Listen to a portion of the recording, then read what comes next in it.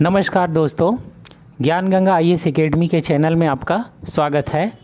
आज हम आपके लिए लाए हैं छत्तीसगढ़ खाद्य सुरक्षा पोषण अधिनियम 2012 और राष्ट्रीय खाद्य सुरक्षा अधिनियम 2013, साथ ही यहाँ के छत्तीसगढ़ शासन के द्वारा धान एवं मक्का का जो उपार्जन किया जाता है इस पर आधारित कुछ क्वेश्चन। ये बहुत ही महत्वपूर्ण क्वेश्चन है, आपके खाद्य निरीक्षक एग्ज़ाम, फूड इंस्पेक्टर के एग्ज़ाम के लिए बहुत ही उपयोगी है। हमने इसको बहुत ही सेलेक्टिव लिया है, तो चलिए इसको स्टार्ट करते हैं। आप इसका अच्छा से अभ्यास करें और सफलता पाएं। पहला क्वेश्चन देखते हैं। छत्तीसगढ़ खाद्य एवं पोषण सुरक्षा अधिनियम के तहत राशन कार्ड जारी होने के प्रयोजन के लिए परिवार की मुखिया मानी जाएगी परिवार की सबसे वरिष्ठ महिला, ये प्रावधान है। तो जो आयु में कम ना हो उसकी न्यूनतम आयु कितनी होनी चाहिए, ये यहाँ पूछा जा रहा है। 21 वर्ष, 25 वर्ष, 30 वर्ष या 18 वर्ष। तो इसमें निर्धारित है 18 वर्ष से कम नहीं होना चाहिए। उस महिला की आयु 18 वर्ष से कम नहीं होनी चाहिए, तब उसके नाम का राशन कार्ड बनेगा। चलिए आगे बढ़ते हैं। अगला क्वेश्चन, राशन कार्ड कब पुरुष मुखिया के नाम पर होगा? तो राशन कार्ड कब जो है पुरुष मुखिया के नाम पर होगा? सीधा सीधा यहाँ उत्तर देख लें। जब परिवार के सबसे वरिष्ठ महिला की उम्र 18 वर्ष से कम हो तो इस दशा में वरिष्ठ पुरुष के नाम पर जो है मुखिया के नाम पर राशन कार्ड होगा। अन्यथा फिर इसमें प्रावधान रखा गया है कि महिला के नाम पर ही जो है राशन कार्ड होना है। तो ये महिला सशक्तिकरण का प्रावधान है, बहुत अच्छा। और ध्यान रखेंगे एक बात का कि अगर जो है इस कंडीशन में 18 वर्ष से कम उम्र का है ना, तब तो जो है महिला के नाम पर ना हो करके पुरुष मुखिया के नाम पर होगा राशन कार्ड। लेकिन जैसे ही वो 18 वर्ष की हो जाएगी फिर से उसी का ही नाम राशन कार्ड में मुखिया के रूप में दर्ज होगा। चलिए आगे बढ़ते हैं। अगला क्वेश्चन, छत्तीसगढ़ खाद्य सुरक्षा अधिनियम 2012 के किस अध्याय में महिला सशक्तिकरण का प्रावधान किया गया है? तो ऊपर में इस शब्द का उपयोग किया था, महिला सशक्तिकरण। तो यहाँ यही पूछा जा रहा है कि किस अध्याय में महिला सशक्तिकरण का प्रावधान किया गया है। अध्याय 6 में, 7 में, 8 में कि 9 में? तो इसका प्रावधान है अध्याय 8 में, सी आ जाएगा अध्याय 8। चलिए आगे बढ़ते हैं। अगला क्वेश्चन, छात्रावास तथा आश्रमों में निवास करने वाले विद्यार्थियों के लिए पोषाहार सहायता का विवरण खाद्य सुरक्षा अधिनियम 2012 के किस धारा में किया गया है? तो धारा 3 में, धारा 6 में, 8 में कि धारा 5 में? तो इसका प्रावधान किया गया है धारा 6 में। याद रखेंगे, सेकेंड ऑप्शन आ जाएगा धारा 6। यहाँ पर मैं आपको बता दूँ कि कौन कौन सी जो ऊपर धाराएं दी गई है वो किसके किसके लिए, सभी धाराएं महत्वपूर्ण है। ध्यान रखेंगे, खाद्य सुरक्षा अधिनियम के अध्याय 2 में खाद्य सुरक्षा का प्रावधान है और इसके धारा 3 से लेकर 7 सभी महत्वपूर्ण है। धारा 3 में क्या है? अंत्योदय, प्राथमिक एवं सामान्य परिवारों को रियायती दर पर खाद्यान्न का अधिकार, इसमें धारा 3 में प्रावधान है। धारा 4 भी आपको अच्छे से याद रखना है। गर्भवती माता एवं शिशुवती माता को पोषाहार का प्रावधान इसके तहत रखा गया है। धारा 5 में बच्चों को पोषाहार का प्रावधान रखा गया है और धारा 6 में छात्रावास तथा आश्रमों में निवास करने वाले विद्यार्थियों के लिए पोषाहार सहायता का प्रावधान रखा गया है। तो ये सभी धाराओं को आपको याद रखना है। आगे इस पर भी क्वेश्चन बनाए गए हैं या पूछा जा सकता है, ध्यान रखेंगे। चलिए आगे बढ़ते हैं। छत्तीसगढ़ खाद्य सुरक्षा अधिनियम 2012 के तहत लक्षित सार्वजनिक प्रणाली में सुधार करने की शक्ति का उल्लेख किस धारा में है? धारा 20 में, धारा 21 में, धारा 16 में या धारा 18 में? तो याद रखेंगे इसका प्रावधान है धारा 21 में। सेकेंड उत्तर आ जाएगा, सेकेंड ऑप्शन धारा 21। यहाँ पर सभी धाराओं को मैं बता दूँ। धारा 20 किससे संबंधित है? छत्तीसगढ़ लोक सेवा गारंटी योजना के तहत जो है, अधिनियम के तहत सेवाओं की अधिसूचना का प्रावधान इसमें रखा गया है धारा 20 में, ध्यान रखेंगे। धारा 21 क्या है? अभी देखें, लक्षित सार्वजनिक प्रणाली में सुधार की शक्ति किसको प्राप्त है? राज्य सरकार को। धारा 16 क्या कहता है? धारा 16 कहता है अंत्योदय, प्राथमिक एवं सामान्य परिवारों की सूची का सार्वजनिक किया जाना ये धारा 16 में है और धारा 18 में स्थानीय निकाय की भूमिका का विवरण इसमें दिया गया है, मार्गदर्शिका उसके लिए है। चलिए आगे बढ़ेंगे। अगला क्वेश्चन देखते हैं। निगरानी समितियों के संबंध में सही नहीं है। राज्य स्तर पर इसकी निगरानी होती है, केंद्र स्तर पर, जिला स्तर पर या विकासखंड स्तर पर। तो इसमें कौन सा सही नहीं है? तो सेकेंड ऑप्शन आ जाएगा, केंद्र स्तर पर इसके निगरानी का कोई प्रावधान नहीं है। याद रखेंगे निगरानी के 4 स्तर हैं। पहला है राज्य सरकार का कानून है, इस कारण से राज्य स्तर पर, दूसरा जिला स्तर पर, तीसरा विकासखंड स्तर पर और चौथा उचित मूल्य दुकान स्तर पर। तो इस प्रकार से कितने स्तर हैं ऐसा भी क्वेश्चन पूछा जा सकता है। तो 4 स्तर, लेकिन इसमें केंद्र सरकार शामिल नहीं है, तो केंद्र स्तर नहीं आएगा। चलिए आगे बढ़ेंगे। अगला क्वेश्चन, इस अधिनियम में धाराओं की कुल संख्या कितनी है? 36, 35, 38 या 34? तो इसमें सही उत्तर आ जाएगा डी ऑप्शन 34। आपके खाद्य निरीक्षक फूड इंस्पेक्टर एग्ज़ाम के लिए 4 अधिनियम जो रखे गए हैं, चारों अधिनियम को धाराओं को आप याद कर लें। यहाँ पर बताया जा रहा है। पहला है जैसे कि अभी देखिए खाद्य सुरक्षा अधिनियम छत्तीसगढ़ का, तो उसमें 34 धाराएं हैं। दूसरा एक अधिनियम है उपभोक्ता संरक्षण अधिनियम 2019, इसमें कुल धाराओं की संख्या है 107। फिर अगला है आवश्यक वस्तु अधिनियम 1955, तो उसमें कुल धाराएं हैं मात्र 16। और एक और है राष्ट्रीय खाद्य सुरक्षा अधिनियम 2013, तो इसमें धाराओं की संख्या है 45। तो इस प्रकार से सभी अधिनियम जो आपके हैं पाठ्यक्रम में उसको याद रखेंगे धाराओं को। चलिए आगे बढ़ेंगे। अगला क्वेश्चन है छत्तीसगढ़ में धान का उपार्जन किस संस्था द्वारा किया जाता है? तो ये सबको पता है, सीधा सीधा उत्तर देख लें। इसका नाम है मार्कफेड, इसी को ही बोलते हैं हिंदी में छत्तीसगढ़ सहकारी विपणन संघ। इसके द्वारा जो है धान खरीदी का उपार्जन किया जाता है। और धान खरीदी का माध्यम कौन सी संस्थाओं के द्वारा किया जाता है? तो प्राथमिक कृषि साख समितियों के द्वारा। तो इसको अगला क्वेश्चन में बनाया गया है, देखो क्या कहा गया है। अगला है क्वेश्चन, छत्तीसगढ़ में प्राथमिक कृषि साख समितियों की कुल संख्या कितनी है? तो इसमें 2058, 1333, 725 और 2133 दिया है। तो इसमें सही उत्तर आ जाएगा 2058। याद रखेंगे आर्थिक समीक्षा में 1333 बताया गया है, लेकिन बजट में 2021-22 के बजट में और घोषणा की गई 725 मिला करके 2058। तो याद रखेंगे 2058 ही वर्तमान संख्या हमें लेना है। 2058, 725 नया जोड़ करके 2058 होगा। 1333 में 725 जोड़ करके। चलिए आगे बढ़ेंगे। अगला क्वेश्चन, छत्तीसगढ़ में सामान्य धान का न्यूनतम समर्थन मूल्य खरीदी वर्ष 2021-22 में कितना निर्धारित किया गया है? तो इसमें सही उत्तर आ जाएगा 1940 रुपये, ए ऑप्शन 1940 रुपये। और ध्यान रखेंगे ग्रेड ए के लिए निर्धारित था 1960 रुपये। ये धान का खरीदी मूल्य है, न्यूनतम समर्थन मूल्य एमएसपी। चलिए आगे बढ़ते हैं। अगला, छत्तीसगढ़ में धान खरीदी केंद्रों की वर्तमान अर्थात 2021-22 में संख्या कितनी है? तो अभी अभी ऊपर हमने देखा था कि प्राथमिक सहकारी कृषि साख समितियों की संख्या कितनी है ऐसा करके 2058। तो यहाँ पर अब पूछा जा रहा है खरीदी केंद्रों की संख्या कितनी है?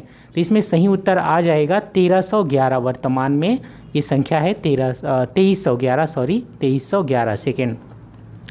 आर्थिक सर्वेक्षण 2020 में 2021 में ये संख्या बताई गई थी 2310, लेकिन वर्तमान में ये संख्या है घोषणा के हिसाब से या अभी जो आंकड़े आए हैं 21-22 में जो खरीदी किया गया उसकी संख्या दर्शाई जा रही है 2311। तो आपको 2311 लेना है। और अगर आर्थिक सर्वेक्षण के हिसाब से पूछेगा पिछले साल के तो आपको 2310 लेना है।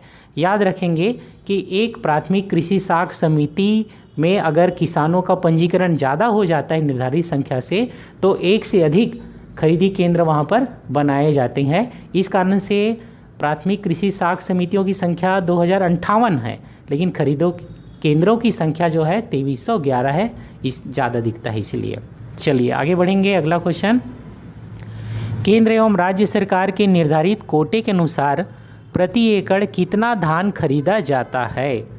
तो इसमें सही उत्तर आ जाएगा ए ऑप्शन 15 क्विंटल धान खरीदा जाता है, ये निर्धारित है केंद्र सरकार राज्य सरकार के कोटे के हिसाब से। चलिए आगे बढ़ते हैं। अगला क्वेश्चन, छत्तीसगढ़ खाद्य सुरक्षा अधिनियम 2012 के संबंध में सही नहीं है। क्या सही नहीं है?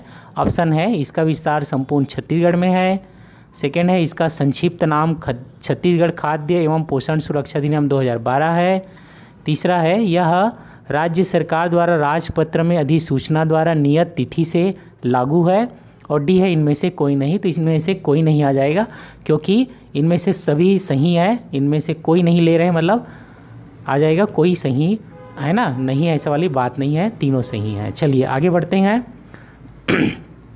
इस अधिनियम के अंतर्गत आश्रम किसे कहा जाता है? ऑप्शन है सरकार द्वारा सहायता प्राप्त आवासीय स्कूल, सेकेंड है बौद्ध भिक्षुओं के ठहरने का स्थान, थर्ड है प्राचीन समय में शिक्षा प्राप्त करने का स्थान है, या फोर्थ है केंद्र सरकार द्वारा मान्यता प्राप्त स्कूल। तो इसमें सही ऑप्शन आ जाएगा ए, सरकार द्वारा सहायता प्राप्त आवासीय स्कूल को ही यहाँ पर अधिनियम में आश्रम कहा गया है, आश्रम उल्लेखित किया गया है। चलिए आगे बढ़ेंगे। इस अधिनियम के अंतर्गत खाद्यान्न में क्या क्या शामिल है? चावल, गेहूं एवं आटा, मोटे अनाज या उपयुक्त सभी? तो उपयुक्त सभी लिया गया है अधिनियम में, उपयुक्त सभी परिभाषा में आया है। चलिए आगे बढ़ेंगे। अगला क्वेश्चन, इस अधिनियम के तहत पक्का मकान से क्या आशय है? ऑप्शन है संपूर्ण मकान सीमेंट कंक्रीट से जो बना हो तब, या जिसकी छत सीमेंट कंक्रीट से बनी हो, या दीवारें सीमेंट कंक्रीट से बनी हो, या इनमें से कोई नहीं। तो इसमें सही उत्तर आ जाएगा सेकेंड, छत को मेन देखा जाता है, जिसकी छत सीमेंट कंक्रीट से बनी हो उसको पक्का मकान कहा गया है। अगला क्वेश्चन देखते हैं नंबर 17, निम्न में से किसे या किन्हें रियायती मूल्यों पर खाद्यान्न सामग्री प्राप्त करने का अधिकार है? ऑप्शन है अंत्योदय परिवार को, सामान्य परिवार को, प्राथमिकता परिवार को, या उपयुक्त सभी? तो उपयुक्त सभी आ जाएगा, डी ऑप्शन। चलिए आगे बढ़ते हैं। अगला क्वेश्चन देखेंगे, गर्भवती व शिशुवती माताओं के लिए पोषाहार सहायता का उल्लेख किस धारा में किया गया है? तो उधर आया था इसका उल्लेख जो है, तो इसमें सही उत्तर आ जाएगा धारा 4, ए ऑप्शन। चलिए आगे बढ़ते हैं। अगला क्वेश्चन, विशेष समूह में शामिल नहीं होते निराश्रित, आवासहीन, प्रवासी, या इनमें से कोई नहीं? तो इनमें से कोई नहीं आ जाएगा, डी ऑप्शन। चलिए आगे बढ़ेंगे। अगला क्वेश्चन नंबर 20 देखते हैं। नंबर 20, आपात तथा आपदा प्रभावित व्यक्तियों के लिए कितने माह तक निःशुल्क भोजन उपलब्ध कराया जाता है? 4 माह, 5 माह, 3 माह, या 7 माह? तो इसमें सही उत्तर आ जाएगा 3 माह। ऐसी स्थिति में उनको 3 माह उपलब्ध कराया जाता है। चलिए आगे बढ़ते हैं। अगला क्वेश्चन, आपात तथा आपदा प्रभावित व्यक्तियों के लिए पोषाहार सहायता का उल्लेख किस धारा में है? तो इसमें आ जाएगा सही उत्तर धारा 9 में इसके लिए प्रावधान है, और अन्य धाराएं जो आप याद रखें इनको भी याद रखेंगे प्रावधानों में। चलिए आगे बढ़ते हैं। अगला क्वेश्चन, भूख की दशा में राहत प्रदान करने हेतु मार्गदर्शिका को उल्लेख किस धारा में है? धारा 9 में, धारा 10 में, 6 में, या 8 में? तो भूख की दशा के लिए प्रावधान है धारा 10 में। चलिए आगे बढ़ेंगे। अगला क्वेश्चन, भूख की दशा में राहत प्रदान करने का उत्तरदायित्व किसका होगा? जिला कलेक्टर का, राज्य सरकार का, स्थानीय निकाय का, या नोडल अधिकारी का? तो इसमें सही उत्तर है सी ऑप्शन, स्थानीय निकाय का होगा। स्थानीय निकाय, ग्राम पंचायत, नगर पालिका, नगर निगम, नगर पंचायत, इसको ये जिम्मेदारी दी गई है। चलिए आगे बढ़ते हैं। अगला क्वेश्चन, भूख से तत्काल राहत के संबंध में सही है? ऑप्शन, पहचान किए गए व्यक्तियों को 6 माह तक 2 समय का भोजन निःशुल्क दिया जाएगा। सेकंड है अन्य कोई राहत जो राज्य सरकार की राय में आवश्यक हो प्रदान किया जाएगा, या सी है ए और बी दोनों, या डी है इनमें से कोई नहीं? तो ए और बी दोनों का प्रावधान है भूख से तत्काल राहत के संबंध में। चलिए आगे बढ़ेंगे। विशेष कमजोर सामाजिक समूहों में शामिल नहीं होते। ऑप्शन है ए भूमिहीन कृषि मजदूरों के समस्त परिवार। सेकंड है ऐसे परिवार जिनके मुखिया विधवा तथा एकाकी महिला है। सी है ऐसे परिवार जिनके मुखिया लाइलाज बीमारी से पीड़ित हैं। या डी है ऐसे परिवार जिनके मुखिया एक निःशक्त व्यक्ति हैं। तो इसमें सही उत्तर आ जाएगा ए ऑप्शन भूमिहीन कृषि मजदूरों के समस्त परिवार ये शामिल नहीं होंगे। चलिए आगे बढ़ेंगे। अगला क्वेश्चन, निगरानी समितियों की कितनी संख्या होती है? तो इसका उल्लेख पहले आ चुका है, 4 स्तर होते हैं इसके, तो इसलिए समितियों की संख्या भी 4 लेंगे, डी ऑप्शन। चलिए आगे बढ़ेंगे। अगला क्वेश्चन, स्थानीय निकायों की भूमिका के संबंध में सही नहीं है। ऑप्शन है ए पात्र परिवारों की पहचान करना, बी है पात्र परिवारों को राशन कार्ड जारी करना, सी है अभिलेखों की पूर्ण पारदर्शिता रखना, या डी है उचित मूल्य के दुकानों की निगरानी करना। तो इसमें सी आ जाएगा, अभिलेखों की पूर्ण पारदर्शिता इसमें शामिल नहीं है। चलिए आगे बढ़ेंगे। अगला क्वेश्चन, प्राथमिक परिवार की सूची में शामिल नहीं होते। कौन जो है प्राथमिक परिवार की सूची में शामिल नहीं होता? ऑप्शन है मुख्यमंत्री खाद्यान्न सहायता के अंतर्गत पात्र सदस्य, बी है ऐसे परिवार जिनके मुखिया विमुक्त बंधुआ मजदूर हैं, सी है भूमिहीन कृषि मजदूर के समस्त परिवार, और डी है सीमांत एवं लघु कृषकों के समस्त परिवार। तो इसमें सही उत्तर आ जाएगा सेकेंड ऑप्शन, ऐसे परिवार जिनके मुखिया विमुक्त बंधुआ मजदूर हैं, इनको प्राथमिक में नहीं बल्कि अंत्योदय में लिया जाएगा। चलिए आगे बढ़ते हैं। अगला, स्थानीय निकायों की भूमिका के संबंध में सही है। ऑप्शन है त्रुटि रहित चिन्हांकन हेतु आधार की जांच करना, सेकंड है सार्वजनिक वितरण प्रणाली के तहत सामग्री का विस्तार, सी है उचित मूल्य की दुकानों का मार्गदर्शिका के अनुसार सामाजिक अंकेक्षण, और डी है अभिलेखों की पूर्ण पारदर्शिता की जांच करना। तो इसमें सही उत्तर आ जाएगा सी ऑप्शन। सी ऑप्शन आ जाएगा, उचित मूल्य की दुकानों का मार्गदर्शिका के अनुसार सामाजिक अंकेक्षण, ये सही है। चलिए आगे बढ़ते हैं। अगला, अधिनियम की किस धारा में अंत्योदय प्राथमिकता एवं सामान्य परिवारों की सूची के प्रदर्शन का उल्लेख किया गया है? तो इसमें सही उत्तर आ जाएगा सी, धारा 16 में ये है, धारा 16 में है। चलिए आगे बढ़ेंगे। अगला क्वेश्चन देखते हैं नंबर 31 कहता है इस अधिनियम की धारा 21 के तहत राज्य सरकार को पीडीएस में सुधार करने की शक्ति के संबंध में क्या सही नहीं है? ऑप्शन है उचित मूल्य की दुकानों तक समस्त खाद्य सामग्री को पहुंचाना, सेकंड है अभिलेखों की पूर्ण पारदर्शिता, सी है भूमिहीन कृषि मजदूर परिवार की पहचान करना, और डी है पर्याप्त सुरक्षित भंडार रखना। तो इसमें सी आ जाएगा, ये काम इनका नहीं है। ठीक है, धारा 21 के तहत ये नहीं है। चलिए आगे बढ़ेंगे। अगला, अधिनियम की किस धारा में कल्याणकारी योजनाएं बनाने एवं जारी रखने का उल्लेख है? तो ये धारा है सही ए ऑप्शन, धारा 27 में इसका उल्लेख है। चलिए आगे बढ़ेंगे। अगला क्वेश्चन नंबर 33, अपवर्जित परिवार में शामिल नहीं होते।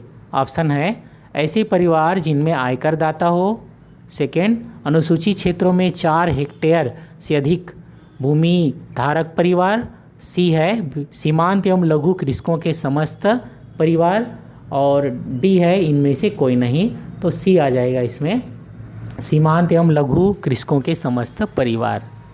चलिए आगे बढ़ेंगे। अगला, आंतरिक शिकायत निवारण तंत्र के अंतर्गत पदाभिहित नहीं किया जाता है। आंतरिक शिकायत निवारण में कौन शामिल नहीं है? मतलब जिला collector, call centre, helpline, nodal अधिकारी। तो इसमें सही उत्तर आ जाएगा जिला कलेक्टर, जिला कलेक्टर। चलिए आगे बढ़ेंगे। अगला क्वेश्चन, आंतरिक शिकायत निवारण प्रणाली के संबंध में किस धारा में उल्लेख किया गया है? ये जो प्रावधान है वो किस धारा में है? तो इसमें सही उत्तर आ जाएगा धारा 19 अर्थात सेकेंड ऑप्शन, धारा 19। तो इस प्रकार से इसके लिए हमने अभी 35 क्वेश्चनों का, टोटल 35 क्वेश्चनों का अभ्यास किया। हम आपके लिए और अगले पार्ट में इस पर आधारित क्वेश्चन लाएंगे। आप हमारा चैनल देखते रहें, वीडियो देखते रहें। धन्यवाद।